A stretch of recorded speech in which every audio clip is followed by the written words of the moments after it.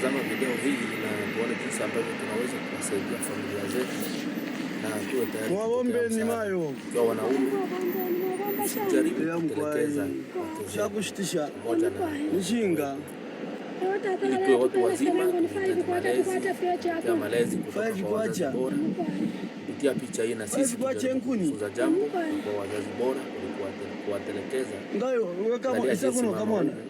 ya kupokea msaada alivyokuwa kilio pia, lakini jambo moja, Mungu ambaye aliyetoa msaada na sisi tujaribu kuiga moyo huo kuwasaidia wengine tunapoona wanahitaji, hata ni kiwango kidogo. Tujaribu kufanya hivi tafadhali.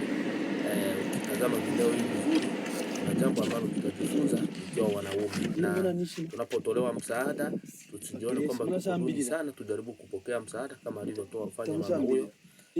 Shukrani kuwakilia kilio kabisa kikubwa sana. Endelea kutazama shani ama mulivyo bwino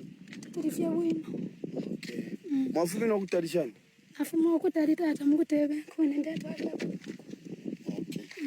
Mama anafanya kazi akiwa na mtoto mgongoni, anabeba kuni na ana watoto watatu, sijui baba yuko wapi. Kulingana na hali yake, sote tunahitaji kujifunza jambo la kusaidiana maisha. Kila mmoja anahitaji kutunzwa. Sasa ikiwa wewe unahitaji kutunzwa, kutunza wengine. Voters card na regi. Voters card na regi. Okay. Walivota na kuvota. Jiweke kama ni wewe kwenye maisha halisi. Wewe ndio unahangaika hivyo kwenye jua. Ndala Mungu atoe mpya tumabombe business session. Ana kinga chochote. Ana kitu chochote kinachomkinga jua. Jaribu kujiweka wewe na nafasi hiyo. Vipi? Kuamini ungekuwa na hali gani?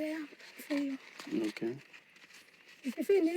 Mimi binafsi na jambo ambalo nimejifunza, sijui wewe utajifunza nini. Nimefaidika vya kutosha. Picha hii.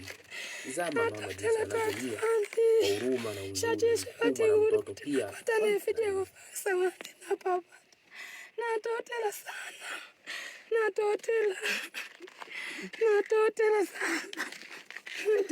mwatu shitata shaje batu chinga befi. Shaje batu chinga befi tata. Ukweli nasikitisha. Kuwatunza wengine, kuwatoa katika majonzi. Hongera sana kwa kutazama kwako.